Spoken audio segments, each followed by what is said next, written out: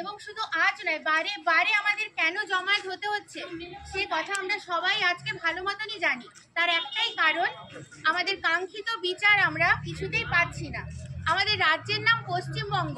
এককালে আমরা বলতে খুবই গর্ববোধ করতাম যে প্রথম মহিলা ডাক্তার, ভারতের প্রথম মহিলা ডাক্তার আমাদের এই পশ্চিমবঙ্গেরই অধিবাসী ছিলেন, তিনি কাদম্বিনী দেবী। কিন্তু সেই আজ একজন মহিলা ডাক্তার যে নৃশংসভাবে ধর্ষিত ও নিপীড়িত হয়ে খুন হতে হয়েছে তাকে, তার বিচার আমরা না চেয়ে কোনোভাবেই কিন্তু থামবো না। আমাদের দরকার পড়লে আমরা পথে নামবো, পথে নেমে আমরা লড়াই করব।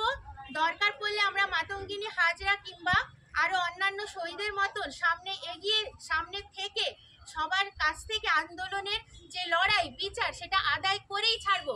আজ তাই আমাদের এটাই অঙ্গীকার হোক, যতক্ষণ না আমরা বিচার পাবো, আমরা মেয়েরা ছেলেরা সবাই মিলে একজোট হয়ে এটাই বলবো